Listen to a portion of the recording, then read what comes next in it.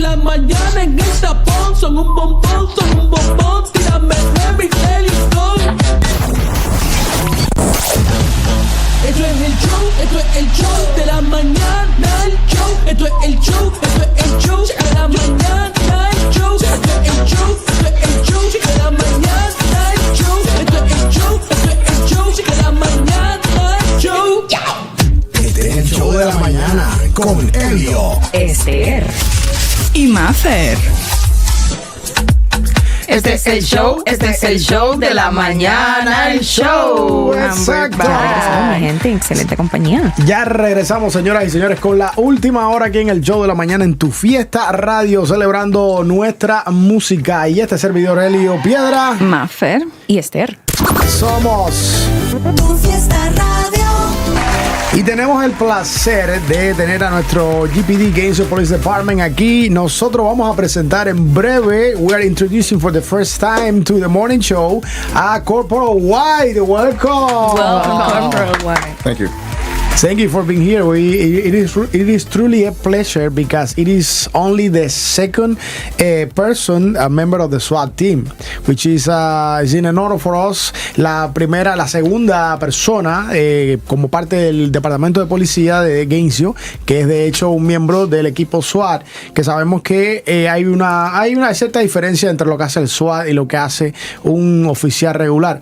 Let's begin by actually sharing what's the role, what's the difference between the roles in SWAT team and, in a regular officer or part of the patrol team, I will say.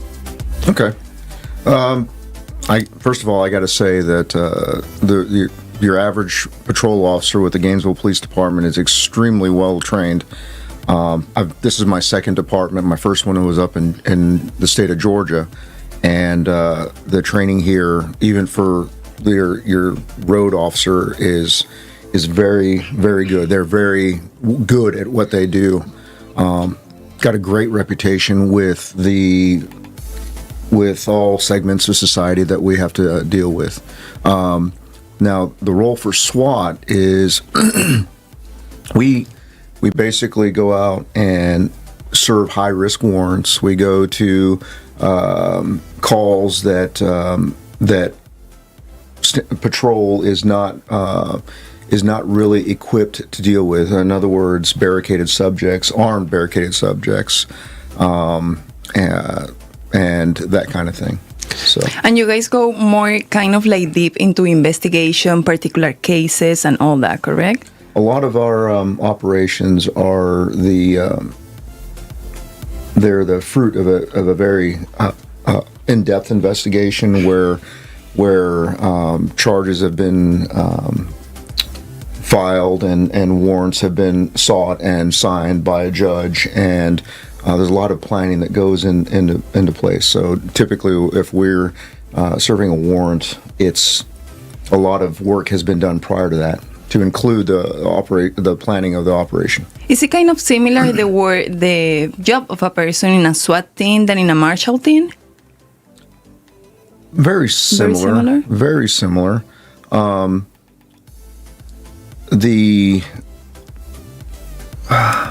We serve a lot of high-risk warrants that can be the subject of, for instance, we've been serving a lot of what's known as ICAC warrants, which is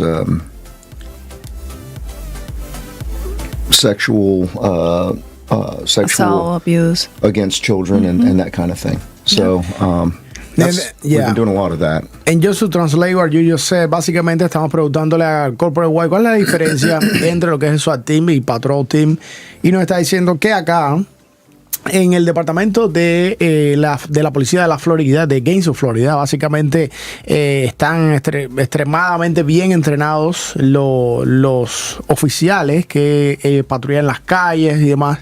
La diferencia básicamente es los equipamientos. Ellos están equipados con unos herramientas que son para misiones de alto riesgo. So high risk missions and very different equipment.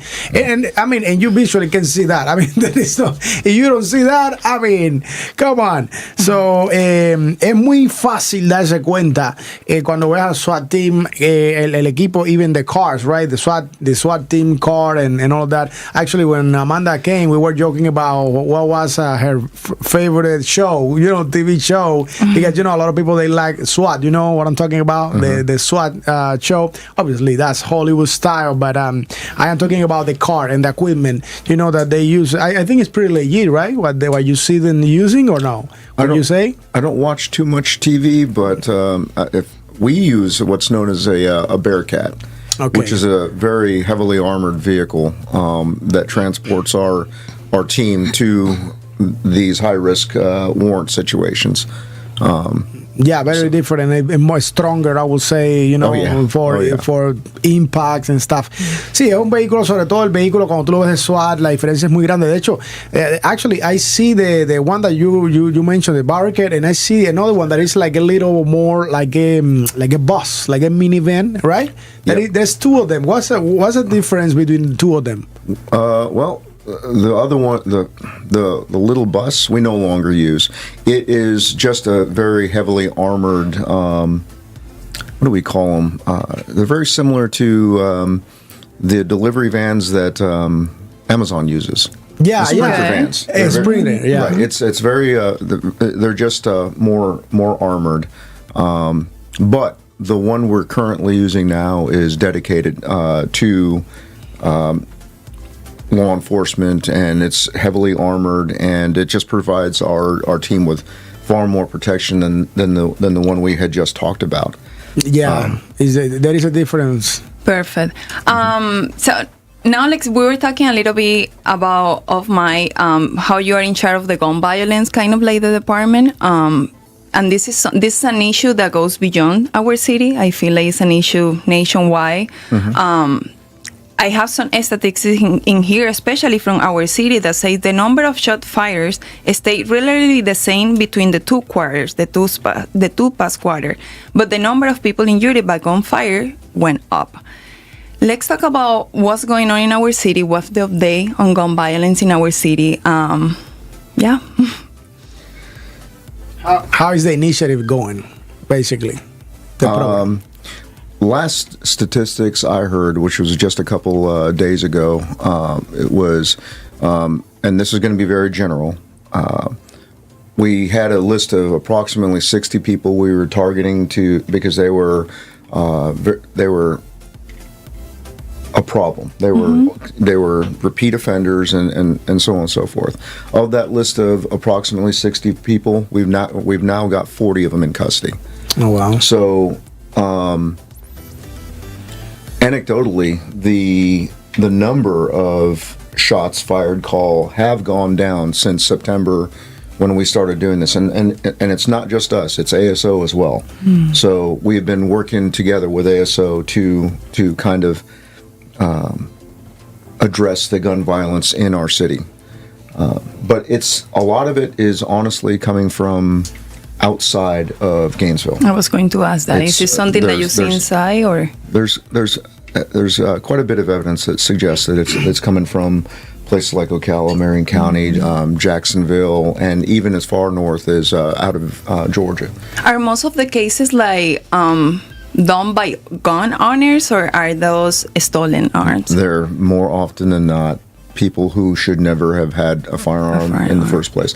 A lot of them, I won't say all of them, but a lot of them are convicted felons and should not have had access to them. And quite frequently, they get them from a number of means. Someone who might be able to purchase one might give them one, or one of the things that we're seeing a lot of, maybe not as much anymore, but it used to be quite a bit. Legal firearm owners would leave them in their vehicles overnight. We have talked about that Yeah. with GPD, the safety about the gun. It's not Right. just to have it, but the safety that you have to have for yourself and for the community as You well. need to be a responsible gun owner.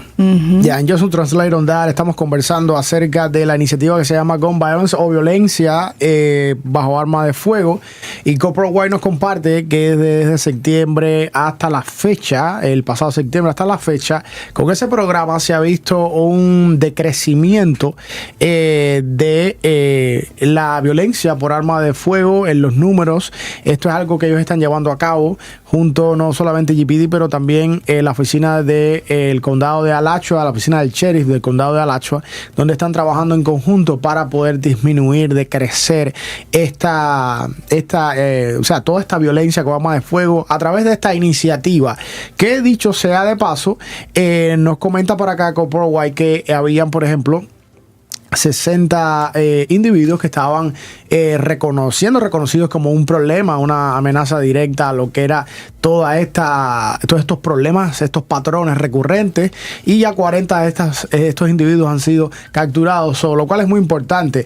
I mean, that's a high number, the one that you just shared. I mean, you have 6 targets and then you got 40. I mean, that's a big amount of problems that you are solving right there. Because what is interesting, like, these people surround themselves with the same quality of people, and they are 90% of the time the day has 24 hours, and 20 hours of that they are seeking how to create another problem. And they create a team. And I actually was watching yesterday a press conference from Polk County, and they were saying how it is a challenge, not just because of the criminal, but also how the track that it's impossible, not impossible, but very hard to track the stolen firearm. So you get this group of criminals that they stole a lot of, guns and all that, and then they just ship it somewhere else, send it to someone else, change the name and all that. So it's very hard, not just to get the criminal and track the criminal, but also everything that they get from around. Yeah. And, one of the things that needs to be said is it's, by and large, the city of Gainesville, its population is very well-meaning. They're law-abiding. We seem to be dealing with these same 0.5% of the populace. They're repeat offenders. They're in and out of the system.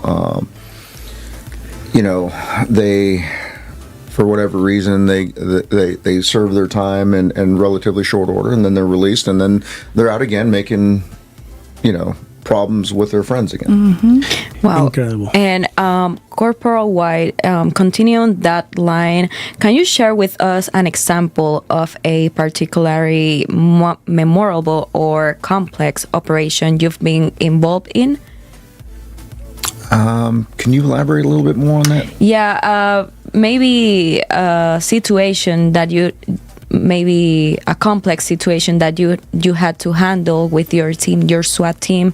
Can you share us a memorable day that you guys had to work as a team and to communicate, maybe a complex situation? Or maybe a case. Any high risk mission that you remember that you guys feel proud of? We have been extremely fortunate that most, I don't know of any, not at least since I've been with the department, where a SWAT warrant was served where it didn't go relatively smooth.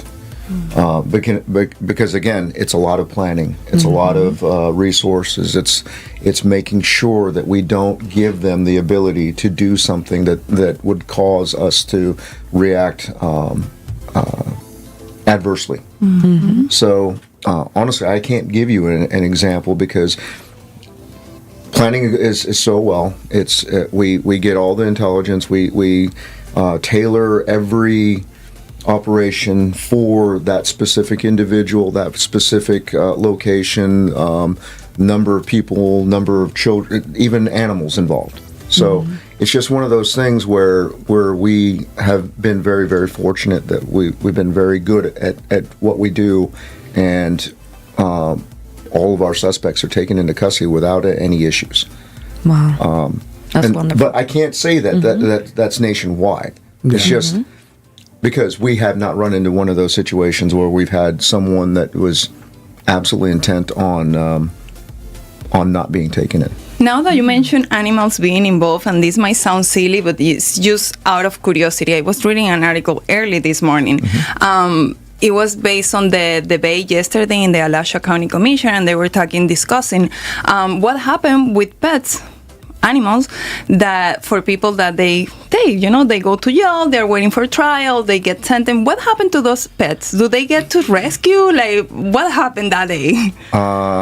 I can't speak to the specifics of that, but I believe it's something along the lines of Alachua County Animal Services comes and takes them into custody if there's no other person that's willing to come forward and take the animal. At least that's my understanding.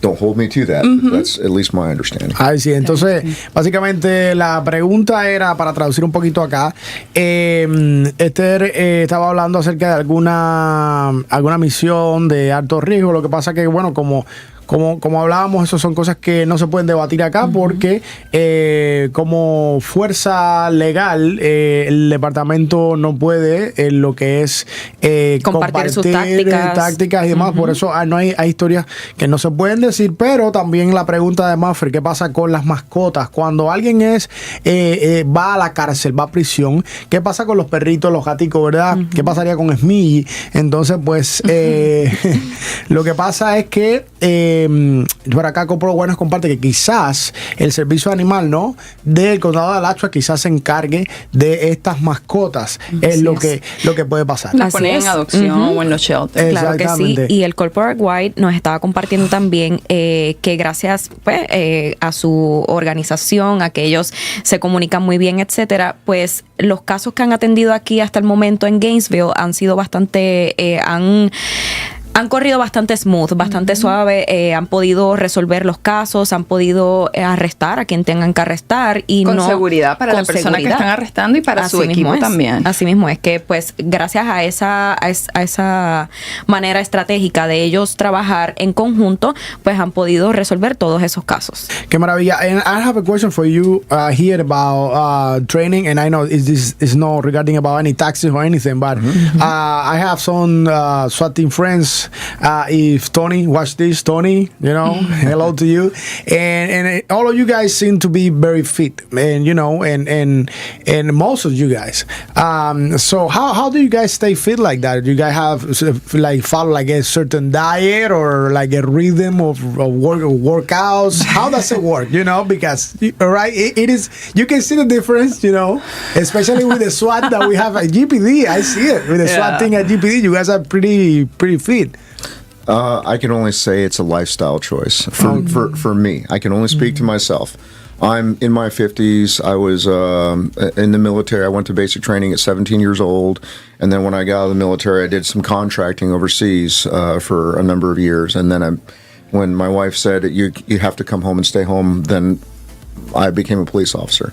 But basically for me, if I was working a 7 a.m. shift, I was getting up at 3 o'clock in the morning so I can go to the gym, get a workout, and that includes cardio and resistance training. So a lot of the SWAT folks are the same way.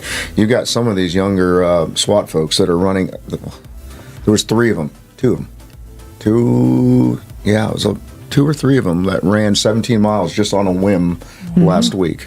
Wow! They got up at 3 or 4 in the morning and went for a run, and it was just like, man, you guys are insane. Do you encourage them to kind of have that lifestyle and be healthy? We absolutely do, because as a police officer, and just in general, police officers endure a lot of stress, far more stress than the average person, because we go to those critical calls and we see some pretty horrific stuff, and it's very stressful. So the way to combat that is to remain in pretty good shape. Cardiovascularly and strength, because working out produces the serotonins that are necessary to keep you in fairly decent mental health.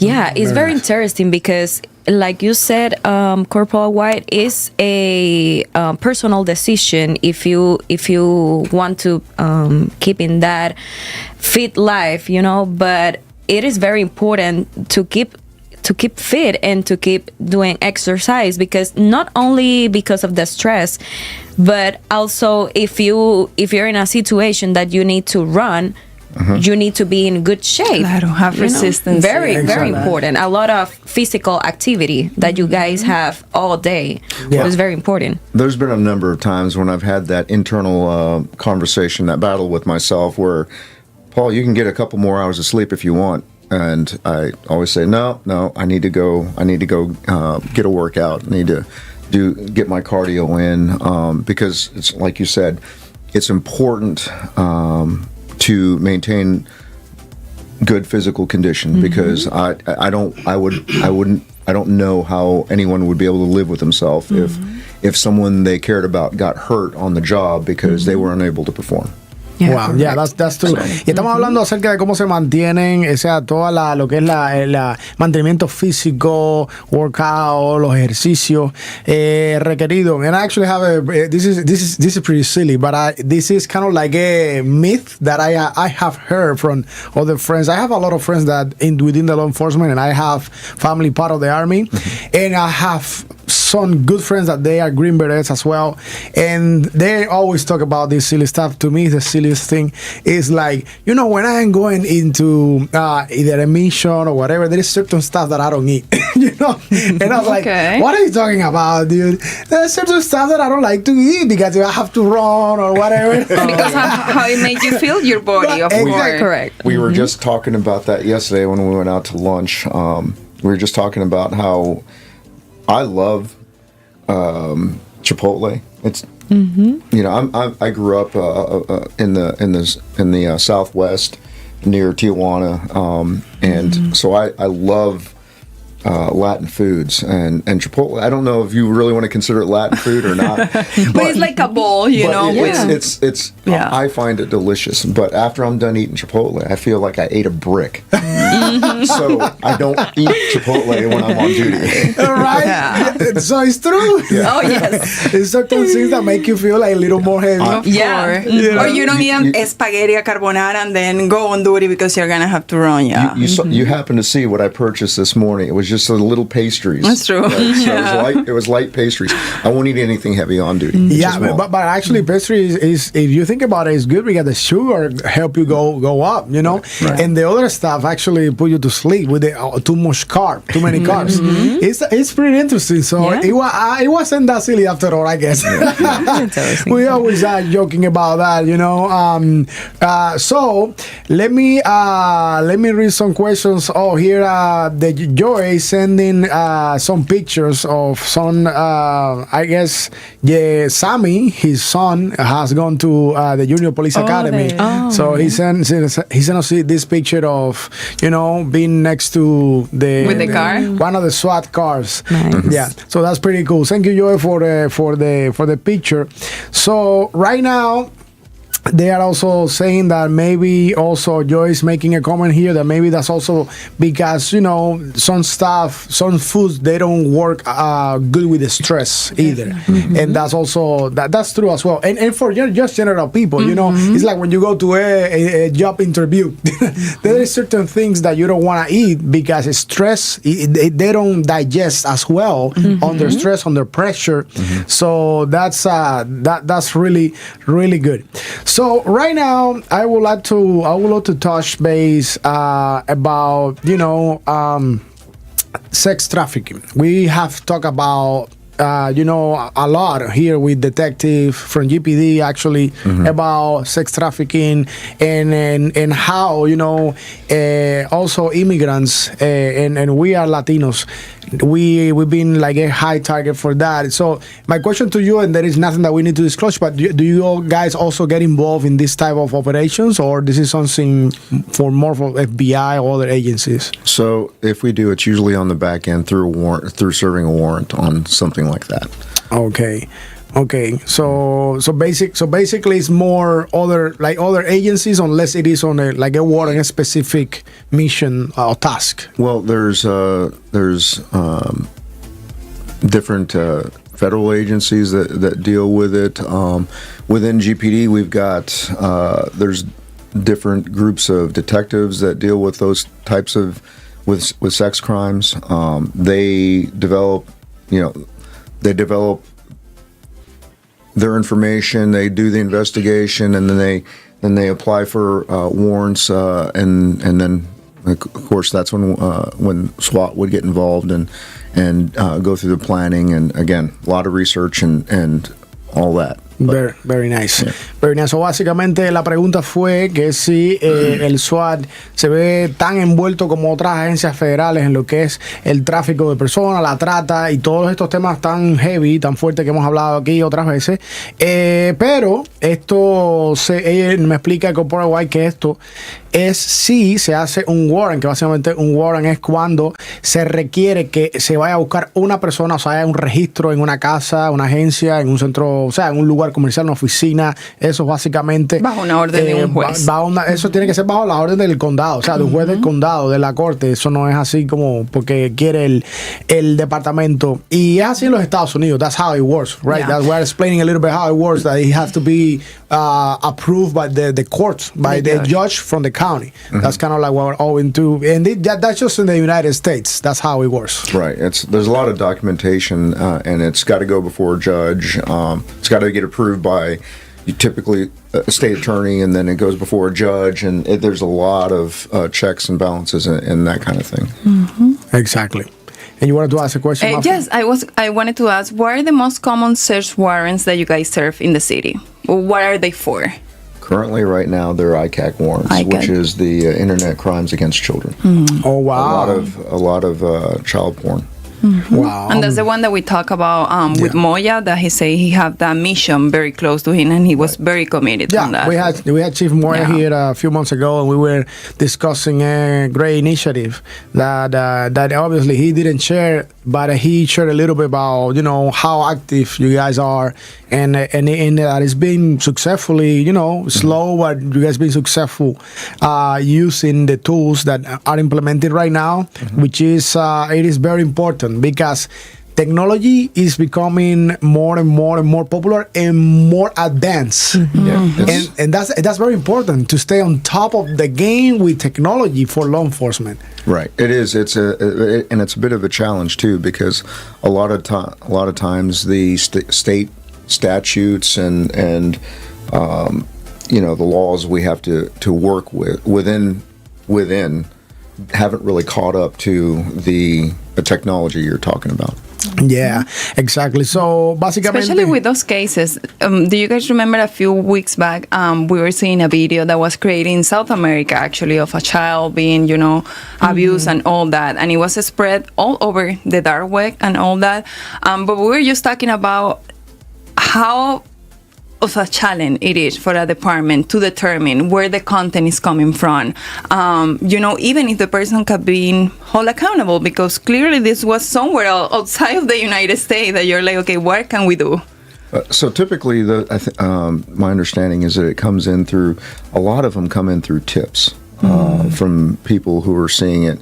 And then it gets routed to our detectives who deal with that. And I tell them, probably 2 or 3 times a week, you are far stronger than I am, because I could not deal with that particular crime and keep my sanity. Definitely. But they're absolutely needed. They're absolutely necessary. They are some of the strongest people I know, because to investigate those crimes and be subject to that kind of stuff, it's just it amazes me that they're able to function. Perfect. So now we're gonna talk about the fun stuff. Are you ready? All right. So if you wouldn't, let's say you are no SWAT, any law enforcement, what else would you do? What other career would you like to be? I would probably go back contracting overseas.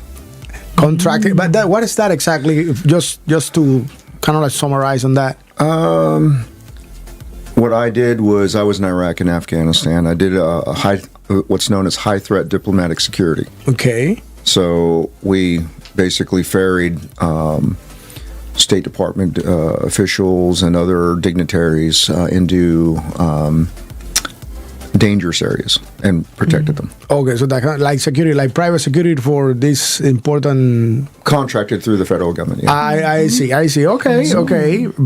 Very nice. A lot of fun. Interesting, yeah. So you have that gift of serving, right? That I guess, right? Because that's a gift. That's to protect. Mm-hmm. That has a conviction, I will say. No, like that's I don't know. It's hard to say because I ask you about what else will you do. You say I will go back to.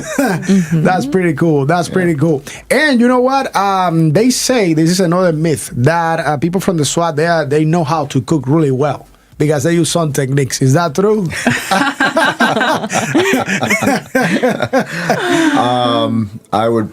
That would probably be a resounding no. And talking about food, one of our audiences of our fiestero, Jose, he say that if it has rice, it is Latin food. About the chipotle food. Yeah, because it is a debate. Like the people say, I don't think chipotle is Latin food. I don't think it's Mexican food. See. But other people say, yes, it is Latin food. Yeah, because it has rice, it has beans. I would say it's not as authentic as some other restaurants that you could find, but if you think about it, if you put in perspective, it's a lot of what we eat. It's rice, it's black beans, and all put it on a bowl. That's a big debate. I know. The guacamole. So what I'm used to is, again, in San Diego, the little taquerias were all over, just everywhere. But I love those carne asada burritos because it was just carne asada. Yes. Pico de gallo. Guacamole, and cheese and sour cream. That's all it was. There was no beans and there was no rice in it. And it was my mouth was watering just thinking about it. and I have another fun question for you. You guys don't know this, but I saw actually Corporal White wearing a Maui costume. You remember that? Oh my God. Él estaba vestido de Maui, el de Moana. Okay. I was doing an event, and that was pretty cool, by the way. And you know, the kids, it's Maui. Because that was during the run. Yeah. Yes. But that was a couple of years ago, I guess. Yeah. And then So cool. my question to you would be, so if you could choose one Hollywood character or Disney character to actually to be Corporal White, who would that be? Who can actually be on your shoes? Do what? All right, let's say you wanna choose Who could represent him? Exactly. You wanna choose someone, an actor, to be Corporal White. Oh. Who would you like to represent you in a day-by-day mission with the SWAT team? Could it be Dwayne Johnson? Or it could be, Torero from Fast and Furious. Who is that character? Because I saw you like Maui, but now it makes me wonder. Yeah, I get a lot of Baby Rock. Baby, Yeah. baby, So I do get. I used to get a lot of that. baby I'm a rock. little ashamed to admit it, but yeah, I used to get a lot of that. That's pretty cool. All right, you get a lot of that. All right. You see, but that people get it. People You get it. answered that he wished to be me. Correct. Not you wishing to be him. He wished to be me. No, exactly, and it's cool because it's like I heard some people like, well, if you choose someone to be me, maybe that could be Tom Cruise, could be me. It's not the other way around. So you are right. So, ladies and gentlemen, what a pleasure! It's been a pleasure. Thank you so much for your time, for your service, day and night. I guess we all had the opportunity to learn more. I would say, believe it or not, a little deeper about what SWAT is about, the training, how they stay fit, how they serve, right? Y eso es lo importante, traer aquí personas de diferentes departamentos. We had here people from I don't know how many departments, from the chief to service Investigator. in the field, investigators. And we always have that detective. educational purpose. We want the community to be educated, to be aware of what exists in our Exactly, community. and how resourceful we are in Gainesville, Florida, because I hear what they say, oh, that town, we're not that little town anymore. What are they talking about? Excuse me? Hey, we are on fire here in Gator Nation, let me tell tell you, and we have a great resource of law enforcement, because we have GPD, UFPD, ASO. We also have APD, and I understand, and I have seen it, that all of you guys come together when it's time to do so. Absolutely. I have seen it with non-profit events. We actually do the Tip a Cop event for the Special Olympics. We did multiple of them this year. There is a lot that you guys work together to accomplish, and we are very grateful for that. And the ultimate goal, so is to establish a bridge between GPD and our Latino community. This is a Latin radio station, but obviously we are not gonna allow the barriers of languages to hold us back. So we here speak English, and I understand that we're learning French. Is it French or Portuguese? Portuguese, of course. So we can continue building the bridges, between law enforcement and, as a matter of fact, touching a very good point, educational. That's the ultimate goal, to educate our community about what is important, how important it is to support law enforcement, so we can all work together, come together to actually accomplish the ultimate goal, which is catch that bad guy. That's it. That's it. Because quite frankly, I can't say that law enforcement does what it does by itself. We absolutely have to have the community assist us in a lot of things. So building that great relationship with our community, and I truly believe Gainesville has a very, very good reputation within the community. GPD has a very good reputation with the community from all sides of Gainesville, because we do get a lot of assistance from the community, and we just need more. We need to keep it up. That's awesome. Well, thank you so much. Muchas gracias. Thank you for being here. Gracias, mi gente, a ustedes por el cariño, la sintonía y la preferencia aquí con Corporal White, parte del SWAT team de nuestro Gainesville Police Department. Y ya usted sabe, que tenga un hermoso resto de su jueves. No puedo creer que es jueves ya. Mañana viernes. Almost Friday. Woo. Señoras y señores, muchas gracias. Este servidor Elio Piedra, Mafer y Esther. Óigame, nos despedimos desde la casa de los latinos. En Gainesville, Florida, la casa de los latinos. Tu fiesta radio.